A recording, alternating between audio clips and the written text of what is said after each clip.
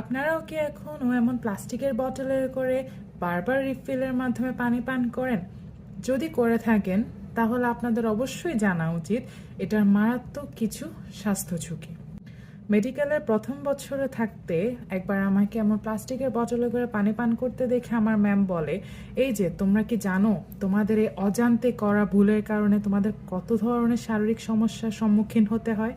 আজকে আমি আপনাদের সাথে আমার সে ম্যামের বলা কথাগুলাই শেয়ার করব, যেন আপনারাও আপনাদের অজান্তে আপনাদের স্বাস্থ্যে কোনো ক্ষতি না করেন।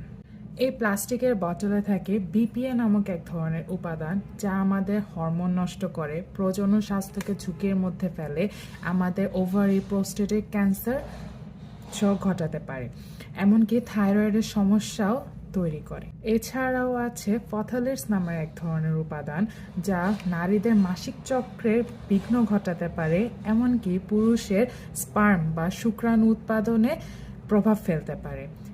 এর সাথেও রয়েছে অ্যান্টিমনি নামক এক ধরনের ক্ষতিকারক উপাদান, যা বমি বমি ভাব, পেটে জ্বালা যন্ত্রণা করা, এমনকি গ্যাস্ট্রিক, পাকস্থলীর প্রদাহ এমন ক্ষতিও করতে পারে।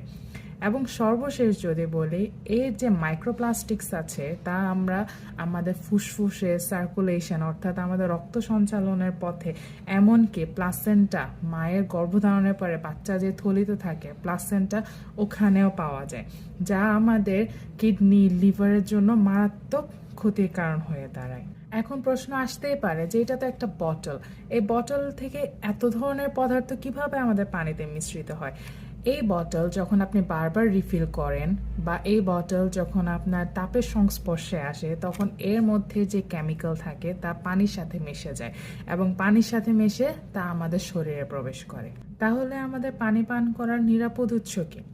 আমাদের পানি পান করার নিরাপদ উৎস হচ্ছে কাচের গ্লাস, স্টেইনলেস স্টিলের গ্লাস, মাটির পাত্র, যেখান থেকে কোনো প্রকার ক্ষতিকারক পদার্থ আমাদের পানির সাথে মিশে আমাদের শরীরে প্রবেশ করবে না। যে পানির অপর নাম জীবন, এই জীবনটাই কেন আমাদের জন্য ক্ষতিকর হবে, আমাদের স্বাস্থ্যের জন্য ক্ষতিকর হবে? তাই আমাদেরকে অবশ্যই এখন থেকে সতর্কতা অবলম্বন করতে হবে।